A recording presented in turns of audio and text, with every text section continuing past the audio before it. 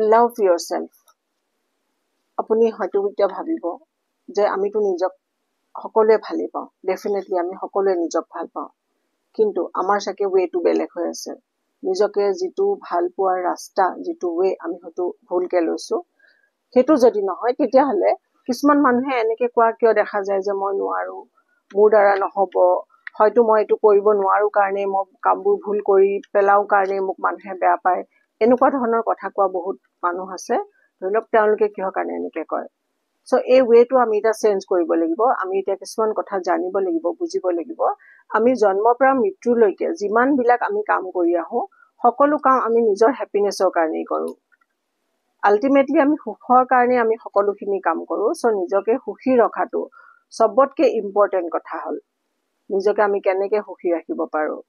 এতিয়া মই আপোনালোকক মানে 7টা পইণ্ট কম, সেই পইণ্ট কেইটা আপোনালোকে নোট কৰি ৰাখিব আৰু সেই মতে আপোনালোকে কথাবোৰ চাব, বুজিব আৰু জানি ল'ব।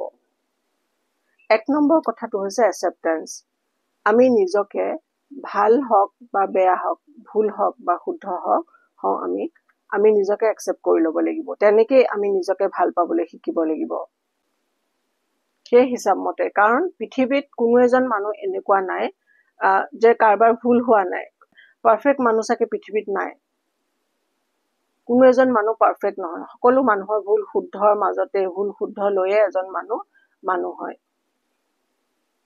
গতিকে আপুনি নিজক যেনেকে যি হিচাপত আপুনি আছে, সেই হিচাপতে আপুনি নিজক ভাল পাবলৈ শিকক।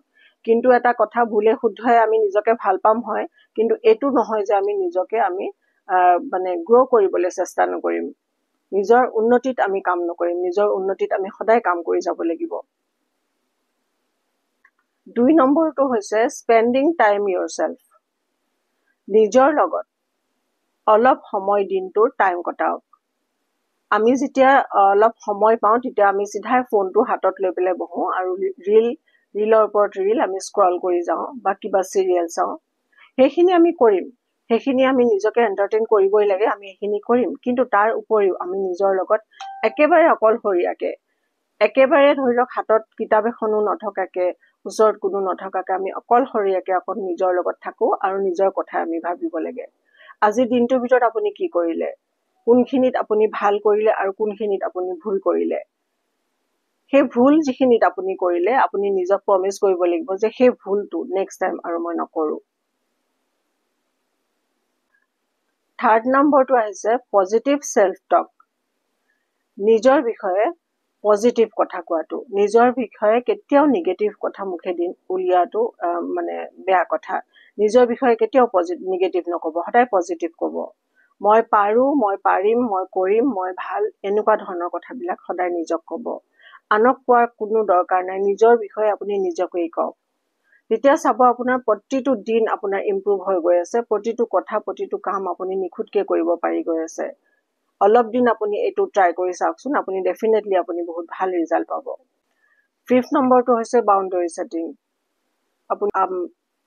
বাউণ্ডাৰী ছেট আপুনি কৰিব লাগিব আনৰ মতে, আনে কোৱা মতে আপুনি যেতিয়াই তেতিয়াই যিকোনো সময়তে আপুনি ইয়েছ ক'ব নোৱাৰে কোনো কথাতে। আপোনাৰ সুবিধা মতে আপুনি ডেফিনেটলি ক'ব, কিন্তু সকলো সময়তে আপুনি যেতিয়া আপুনি কমফৰ্টেবল নহয়, আপোনাৰ যেতিয়া সময় মন মিজাজ ভালে নাথাকিব, তেতিয়া আপুনি মানুহক সুন্দৰকে ন ক'বলৈ শিকিব লাগিব। আপুনি বাউণ্ডাৰী ছেট কৰিব লাগিব নিজৰ বিষয়ে।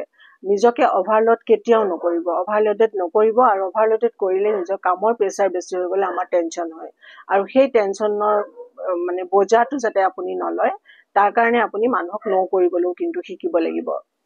6 নম্বৰটো হৈছে সেল্ফ এপ্ৰিচিয়েশ্যন। আপুনি নিজকে আপুনি এপ্ৰিচিয়েট কৰিব লাগিব। যিখিনি আপুনি কাম কৰি আছে, যিখিনি কৰি গৈ আছে, দিনৰ দিনটো আপুনি ডে টু ডে লাইফত কাম কৰিছে, সেই কামখিনিৰ কাৰণে আপুনি নিজকে সদায় এপ্ৰিচিয়েট কৰিব। সৰু সৰু গ'ল ছেট কৰিব, যিটো আপুনি কৰি যাব পাৰে, যিটো আপুনি ফুলফিল কৰিব পাৰে, যিটো পজিটিভ হয় আপোনাৰ কাৰণে, তেনেকুৱা সৰু সৰু গ'ল ছেট কৰিব। আৰু সেই গ'লটো যেতিয়া ফুলফিল হ'ব, এটা গ'ল ছেট কৰিলে সেইটো যেতিয়া ফুলফিল হ'ব, তেতিয়া আপুনি নিজকে গিফ্ট কৰিব। নিজে ভাল পোৱা গিফ্ট যিকোনো হ'ব পাৰে, নিজকে গিফ্ট কৰিব।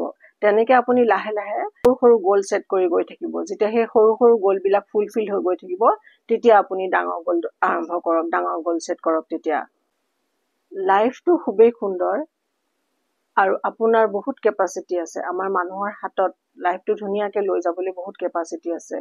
আমি বস্তুবোৰ খুব ভালকৈ দকৈ ভাবি নাচাওঁ, ভালকৈ আমি চিন্তা নকৰোঁ। আমি কথাবোৰ ডে টু ডে লাইফত কামত ইমান বিজি হৈ থাকোঁ, ইমান মানে বিজি হৈ যোৱা যায় যে আমি কথাবোৰ খুব সুন্দৰকৈ আমি দকৈ চিন্তা কৰিব নোৱাৰোঁ। চ' সেইবোৰ কথাবোৰ যদি আমি ভালকৈ চিন্তা কৰি যাওঁ, লাইফটো খুব সুন্দৰকৈ কটাব পাৰোঁ, আমি ধুনীয়াকৈ কটাব পাৰোঁ। চ' লাইফত সুখী হৈ থাকক, পজিটিভ হৈ থাকক, সুন্দৰ মন আৰু সুন্দৰ শৰীৰেৰে আগুৱাই যাওক। মোৰ শুভেচ্ছা থাকিল।